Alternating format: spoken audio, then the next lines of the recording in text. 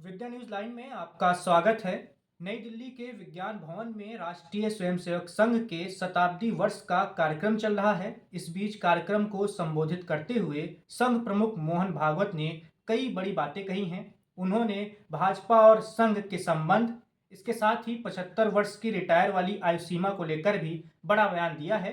तो संघ प्रमुख के इन्हीं बयानों को लेकर आज हम चर्चा करेंगे। हमारे साथ तिवारी सर हैं। सर बताएंगे कि संघ प्रमुख ने कैसा कौन से बयान दिए हैं और उन बयानों के पीछे उनकी क्या मंशा है, तो सब कुछ चर्चा करेंगे। देखिए वैभव, बीजेपी में जब शुरू शुरू में बीजेपी की सरकार आई थी, प्रधानमंत्री नरेंद्र मोदी बने थे, तो कुछ दिनों तक सब चला।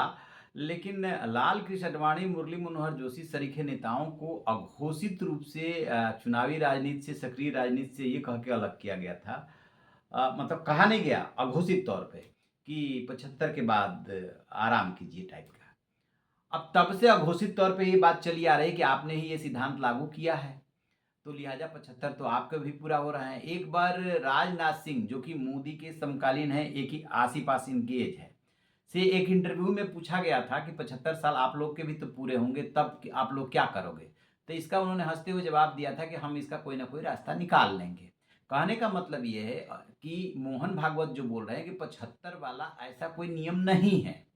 लेकिन वो जो जिस भाव से बोल रहे हैं, जिस तरीके से बोल रहे हैं, इसका मतलब वो कह रहे हैं कि ये नहीं कि हम एकदम रिटायर हो जाएँगे। तो मतलब एक्टिव रहेंगे, उसमें ये बात थोड़े हो रही है कि आप जो है एकदम राजनीति में दिखाई नहीं देंगे। दिखाई देंगे, लेकिन वो भूमिका नहीं रह जाएगी। तो 50-50 की बात समझ लीजिए, ऐसे जो उनका भाव निकल रहा है, हमें जो बात समझ में आ रही है। अब मुझे जहाँ तक लगता है कि संघ में भी और बीजेपी में भी इसको लेकर के दुविधा तो है। क्या 75 के बाद रिटायर हो जाना चाहिए? या रहना चाहिए। तो पीएम मोदी के मामले में ये माना जा रहा था अभी तक कि नहीं, वो कंटिन्यू करेंगे, और कुछ लोग तो खम ठोक के कह रहे थे कंटिन्यू करेंगे, और अभी एकदम स्वस्थ भी हैं वगैरह वगैरह। तो अब क्या अंदर चल रहा है ये तो नहीं कह सकते, लेकिन एक बात साफ साफ उन्होंने जो स्वीकार की है, जो अभी तक नहीं मान रहे थे, नाम उन्होंने नहीं लिया अध्यक्ष पद का, लेकिन कह रहे हैं कि हम सरकारी फैसले करते नहीं हैं, हम सिर्फ सलाह देते हैं, अब फैसले तो सरकार ही करती है। वो ये भी कह रहे हैं कि हमारे जो भी विंग हैं, फ्रंटल ऑर्गेनाइजेशन हैं, वो खुद अपने फैसले करते हैं। बीजेपी अपने खुद फैसले करती है। हमसे सलाह मांगी जाती है तो हम सलाह दे देते हैं। एक बात ये बोल रहे हैं। दूसरी बात ये बोल रहे हैं कि हमें आपस में हमारे मतभेद हो सकते हैं, कई इशू पे हो सकते हैं, लेकिन वो मनभेद नहीं है। इसका मतलब कि इन्होंने स्वीकार कर लिया कि जो बीजेपी के राष्ट्रीय अध्यक्ष का मामला इतने दिनों से पेंडिंग पड़ा हुआ, जेपी नड्डा का कब का कार्यकाल खत्म हो चुका है, वो मतभेद की वजह से ही रुका हुआ है। बहुत सारे लोग इस बात बोल रहे थे कोई मतभेद नहीं है और जो है तय हो जाएगा। एकदम साफ साफ उन्होंने स्वीकार कर लिया कि यदि हमें फैसला करना होता, अध्यक्ष फिर नहीं बोल रहे हैं, तो हो गया होता अभी तक। इसका मतलब क्या है कि अध्यक्ष सिर्फ इसलिए नहीं सेलेक्ट हो पा रहा है, तय नहीं कर पा रहे हैं, क्योंकि मतभेद है उस पे।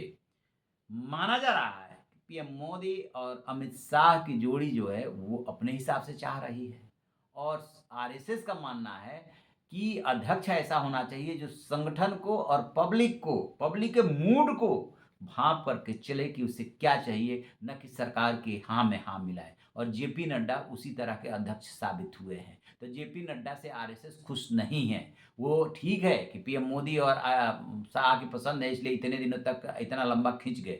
आरएसएस चूंकि वैचारिक और सांस्कृतिक संगठन है, इसलिए खुल करके इस चीज का विरोध कर भी नहीं सकता, क्योंकि कायदे से तो ये फैसला बीजेपी को करना चाहिए, और बीजेपी पे नियंत्रण किसका है? इसी जोड़ी का नियंत्रण है।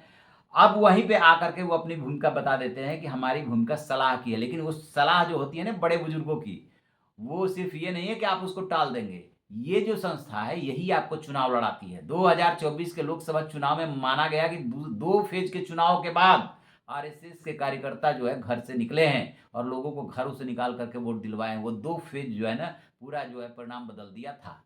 और इसके अलावा उत्तर प्रदेश में क्या हुआ ये सबको पता है कि सीएम योगी ने जो लिफाफा भेजा था वो खोला ही नहीं गया था। नतीजा क्या हुआ सबके सामने है। तो ये जो मतभेद है, हर स्तर पे मतभेद, आप इनकार कैसे कर सकते हो? पॉलिटिकल पार्टीज का काम होता है कार्यकर्ताओं का मनोबल ना गिरे इसलिए कहते रहोगे कोई मतभेद नहीं है। साफ साफ देखने में लग रहा है कि मतभेद है वैभव। और सर ये खबरें तो लगातार आती ही रही हैं लोकसभा चुनाव के बाद से ही कि बीजेपी और आरएसएस में सब कुछ ठीक नहीं है। लेकिन सर बीजेपी की ओर से कोशिश भी की गई थी सब कुछ ठीक करने की। अभी हमने देखा लाल किले वाली स्पीच से पीएम मोदी ने आरएसएस का ज़िक्र किया था। लेकिन मुझे लगता है कि भागवत या संघ की ओर से वो चीज़ें अभी बहुत ज़्यादा ठीक नहीं हुई हैं। उसकी वजह ये है, मोदी जी चूँकि आरएसएस के बैकग्राउंड से आए हैं, बहुत दिनों तक प्रचारक रहे हैं और आरएसएस के 100 साल पूरे हो रहे हैं। 1925 में इसकी स्थापना हुई थी। एक वैचारिक और सांस्कृतिक संगठन है। कोई भी संगठन इतना लंबा उसकी आयु तभी हो सकती है जब उसका उसका वैचारिक धरातल हो। तो वैचारिक धरातल तो है इसमें, कोई कितना वो आलोचना कर ले, इसमें दम है। विरोधी भी मानते हैं कि हाँ, इन्होंने देश के लिए काम किया, आलोचना भी होती है। अब बात आती है कि पीएम मोदी ने लाल किले की प्राचीर से आरएसएस का नाम लिया, इतनी तारीफ की, फिर भी मोहन भागवत सैटिस्फाई नहीं दिखते हैं। तो ऐसे उल्लेख से ये हो सकता है कि उनकी तरफ से कोशिश हुई हो कि आरएसएस को संतुष्ट किया जाए, खुश किया जाए। वो चूँकि उस ऑर्गेनाइजेशन में वो काम कर चुके हैं, संस्था में काम कर चुके हैं, इसलिए उनका भावनात्मक जुड़ाव भी रहा होगा।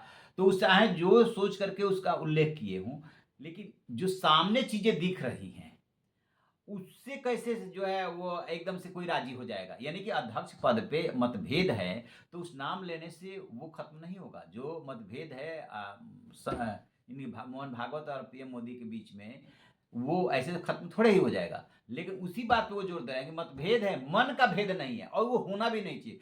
मन का भेद तो कायदे से विपक्ष से भी नहीं होना चाहिए, सत्ता पक्ष को। और ये इस बात का ख्याल दोनों पक्ष को रखना चाहिए। कैसा? क्योंकि बार-बार जो पुराने नेता है ये बोलते रहे हैं, भैया हम सियासी राजनीतिक रूप से विरोधी हैं, आपके वैचारिक विरोधी हैं, हम आपके दुश्मन नहीं हैं। लोकतांत्रिक व्यवस्था में, संसदीय प्रणाली में जितना सत्ता पक्ष का रोल रहता है, उतना ही विपक्ष का भी रोल रहता है। विपक्ष को रखा इसलिए गया है कि आपकी गलतियों की तरफ वो ध्यान दिलाए और आपको ध्यान देना होगा।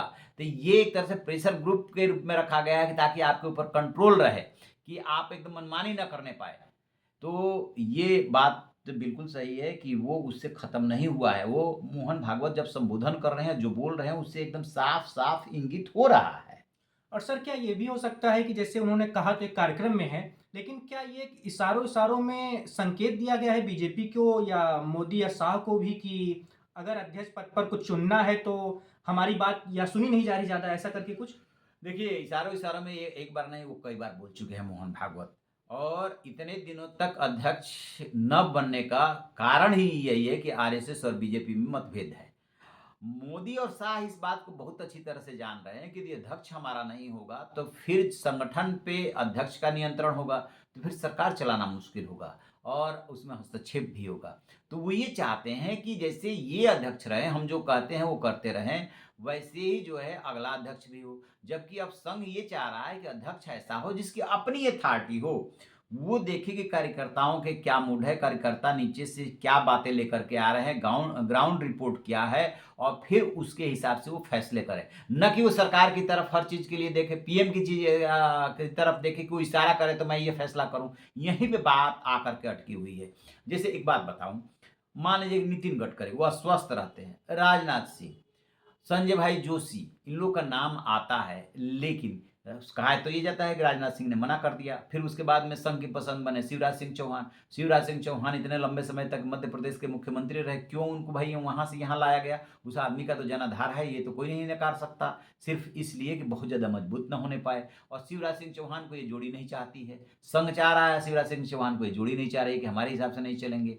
तो यहीं पे बात अटकी हुई है। अब देखना ये है कि होता क्या है कि सांकेतिक रूप से इतने बड़े पदों पे ये लोग बैठे हुए कि संकेतों में ही ये कहते हैं कि सहमति किसके नाम पे बनती है। ना तो आप यदि सत्ता चला रहे हैं तो पीएम मोदी और शाह की उपेक्षा कर सकते हैं और ना ही संघ की उपेक्षा कर सकते हैं, क्योंकि संघ की उपेक्षा करके और जेपी नड्डा ने बयान दे करके देख लिया है कि उसका नतीजा क्या हुआ था। जेपी नड्डा ने 2024 के लोकसभा चुनाव से पहले क्या बयान दिया था? यही बयान दिया था ना कि अब हम खुद चुनाव लड़ते हैं, अपने दम पे लड़ते हैं, हमें संघ की जरूरत नहीं है। उसका क्या नतीजा हुआ?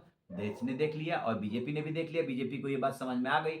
एक बात जान जाइए कि लेफ्ट और राइट, यानी कि बीजेपी और लेफ्ट की जो भी पार्टियां हैं, वो इसीलिए जानी जाती है कि उनका एक वैचारिक धरातल है और उनके पास एक ऑर्गेनाइजेशन है। तो वो जो संगठन है, वो जो जमीन से जुड़ा हुआ है, काडर है उनके पास। तो वो यदि काडर नहीं होगा तो बीजेपी का काडर कौन है? वो आरएसएस ही तो है। उसके स्वयंसेवक, उसके कार्यकर्ता पूरे देश में हैं, ज़मीन पे हैं, लोगों को घरों से निकाल कर के वोट दिलवाते हैं। वैचारिक सुबह-शाम आपके घर सिर्फ़ राम-श्याम करने चले आए, तो उसका असर पड़ने लगता है 10 दिन तक कोई आपके घर आकर के राम-श्याम करने लगे सुबह-शाम कि भाई ये आ रहा है तो कुछ इसकी बात माननी पड़ेगी। तो ये वो लोग हैं, आप उपेक्षा नहीं कर सकते। और अब कोई भी नेता कुछ भी कह ले, लेकिन मोहन भागवत ने आज अंदर की बात बोल दी है। तो सर क्या हम ये मान के चलें जैसे संघ प्रमुख का बयान हो और जो अध्यक्ष पद को लेकर तकरार चल रही है, तो क्या हम ये मान लें कि बिहार चुनाव से पहले अब बीजेपी को नया अध्यक्ष नहीं मिलेगा? ये मान सकते हैं कि बिहार चुनाव से पहले, क्योंकि अभी तक जितनी बार उनको एक्सटेंशन मिला है ऐसे ही चुनाव का हवाला दे करके और बढ़ाते चले गए। तो मैं एकदम से तो नहीं, ये नहीं कहूँगा कि नहीं ऐसा नहीं होगा, लेकिन हाँ, चूंकि एकदम चुनाव सिर पे आ गया है तो हो सकता है कि फिर से 2-4 महीने का एक्सटेंशन मिल जाए। और ये भी हो सकता है कि जब ये तय हो कि नहीं अब कर लिया जाए तो हो जाए, लेकिन इसके चांसेस कम दिख रहे हैं। सबसे ज़्यादा वैभव जो मुझे डाउट हो रहा है कि कहीं कुछ अंदर खाने चल रहा है, बड़ा चल रहा है। पीएम मोदी पहली बार ऐसा बोले हैं कि हो सकता है कि मुझे निजी तौर पे बड़ी कीमत चुकानी पड़े। तो ये जो अंबानी बंधुओं से आमना-सामना है, ये जो ट्रम्प से जो है एकदम रिश्ते तनावपूर्ण हुए हैं, प्लस विदेश मंत्री जो है एस जयशंकर की तरफ भी उँगली उठ रही है कि मामले को ठीक से हैंडल नहीं कर पाए। और ये जो विपक्ष का वो वोट चोरी का मामला है, कहाँ से कौन कैसे सपोर्ट कर रहा है, एकदम से ईवीएम से वोट चोरी पे आ गया है विपक्ष और इसको बहुत बड़ी मुहिम बनाने में लगा हुआ है। तो परिस्थितियाँ जो बन रही है 2025 की, अब जो महीने बचे हुए हैं, 8 महीने तो गुज़र गए, अब 4 महीने बचे हुए हैं। ये उथल-पुथल वाले, सियासी उथल-पुथल वाले साफ-साफ दिखाई दे रहा है। और बिहार चुनाव जो है, इसमें मील का पत्थर साबित होने वाला है, क्योंकि अब की बार जो मोदी सरकार टिकी हुई है, वो बैसाखी पे टिकी हुई है, जिसमें कि नीतीश कुमार का और चंद्रबाबू नायडू का बहुत बड़ा कंट्रीब्यूशन है। तो बिहार चुनाव का जो परिणाम होगा, उसके हिसाब से सरकार की उम्र तय होगी, ऐसा लगता है। और सर क्या ये भी हो सकता है कि अभी केंद्र में सरकार बने हुए तो 1 साल से ज़्यादा हो गए, 1 साल 2 महीने ही हो गए हैं। तो क्या केंद्र में कुछ मंत्रियों में फेरबदल देखने को मिल सकता ये है? तो तय मानिएगा कि परिवर्तन होगा। बिहार चुनाव से पहले भी हो सकता है, क्योंकि उसमें बिहार का भी ध्यान रखना है और भी कई फैक्टर्स का ध्यान रखना है। ये भी हो सकता है कि संगठन और सरकार में एक साथ हो। यदि संगठन वाला टलता है तो हो सकता है कि एक आध महीने के लिए और टल भी जाए। लेकिन बहुत सारे मंत्री केंद्र में भी और उत्तर प्रदेश में भी उनको बाहर का रास्ता दिखाया जाएगा, युवाओं को आगे लाया जाएगा, क्योंकि इस आरएसएस का सबसे ज़्यादा ज़ोर होता है कि आप नेक्स्ट जनरेशन तैयार कीजिए। आपको याद है, जिस साल राजनाथ सिंह अध्यक्ष बने थे, ये संभवतः 2013 की बात है, तभी राहुल गांधी को अब बनना था। बीच में आपको ये याद होगा कि वो रोई थी सोनिया गांधी, उनको उपाध्यक्ष बना दिया गया था। तो कांग्रेस ने जो सबसे बड़ी गलती की, वो क्या किया कि जनरेशनल जो चेंज होना चाहिए था, वो समय से नहीं किया। राहुल गांधी को बहुत पहले कमान संभाल लेनी चाहिए थी। तो राजनाथ सिंह का, दरअसल राजनाथ सिंह की बात नहीं है, बात ये है कि ये वही वाला दौर है कि राजनाथ सिंह अध्यक्ष बनते हैं और मोदी जी जब गुजरात के मुख्यमंत्री रहते हैं, तो संभवतः ये गोवा वाली मीटिंग थी जिसमें उनके नाम का प्रस्ताव रख दिया जाता है कि कैंपेन कमेटी के ये चेयरमैन होंगे। एकदम इशारा साफ-साफ कर दिया गया और उसको लेकर के लाल कृष्ण आडवाणी नाराज हो गए थे और उन्होंने चिट्ठी लिख दी थी, एकदम नाराजगी में चिट्ठी लिख दी थी। लेकिन संघ जो है अपने फैसले से टस से मस नहीं हुआ। ये दरअसल राजनाथ सिंह का फैसला था ही नहीं, ये तो आरएसएस का फैसला था कि 2009 का चुनाव आडवाणी जी के नेतृत्व में लड़ के देख लिया गया और अब और ज़्यादा हम वेट नहीं कर सकते हैं, लिहाजा हमें नए नेता के नेतृत्व में जाना ही होगा और उसके लिए मोदी को गुजरात से बुला लिया गया था और वो आकर के रायसीना हिल्स पे जा कर के बैठ गए।